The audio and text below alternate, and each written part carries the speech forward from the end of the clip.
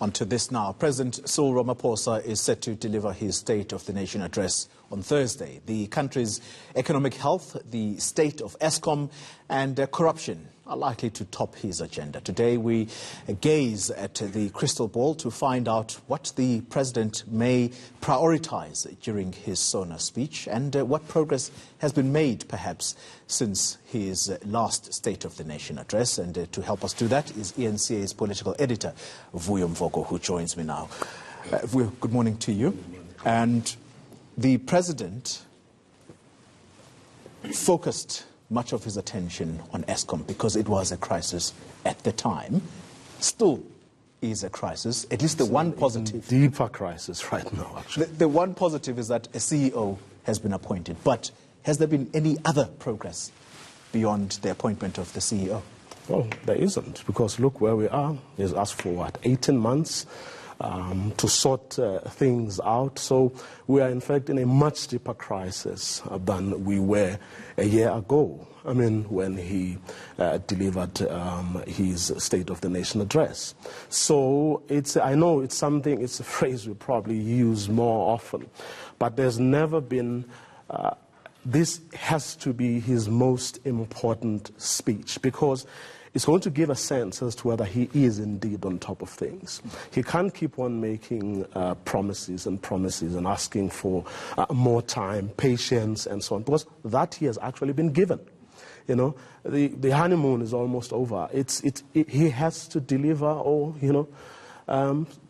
step aside, basically, because Eskom is, as we have heard a number of times, is the biggest risk to the economy, but you can't help but look at other state-owned entities that are just limping along. This morning, the front page of the Business Day is talking about yet another crisis at the post office, yet another state-owned entity. And these are entities that employ a bulk of South Africans. In fact, I mean, how the state manages these enterprises, public enterprises, leaves a lot to be desired. For example, you give SAA money, right? And then the next day they cut back on floods. What I'm saying is there ought to have been a conversation about why the government decided to keep South African Airways, What are the deliverables? So that you're not caught by surprise. I mean, the president, on his way to the AU, has to say, oops, we don't know what happened there, why they're doing this now, when we gave them money so that they could actually enable economic activity in the country. Listen to Gwede Mantashe speaking this very weekend. Exactly. Completely contradictory of the situation at SAA. He says, sell it, actually, if it's not making a profit. Then it means that there's something very wrong in how they are doing this. Clearly, we are throwing money at a problem without any clarity about what it is that money is supposed to buy. I mean, how? How do you not know what is pending? You get surprised like everybody else. Yet you are the one who sacrificed, who took billions that were supposed to go somewhere else, and you gave to this entity because in your mind there is something that you want them to do, but you never communicate that which you want your money to do. That's bizarre. Vuyo, unemployment is a massive issue in the country. It's actually grown even higher. That's a major crisis. Surely the president cannot gloss over that.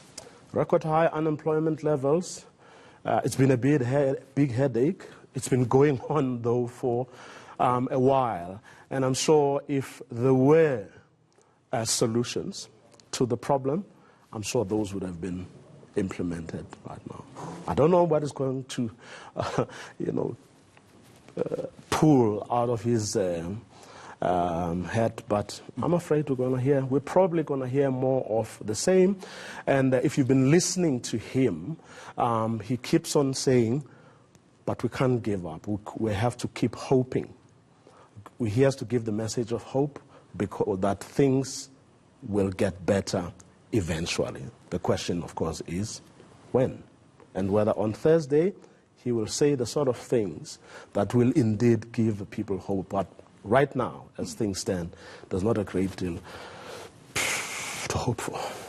All right, Vuyamfobo, let's leave it there for the moment. But certainly what we are going to keep doing is look back at what the president delivered the last time and throughout this week, all the way into the lead up to Thursday. We will give you what the president said back at the last State of the Nation address, and we'll keep track of what has been delivered or what has not been delivered. Let's take a quick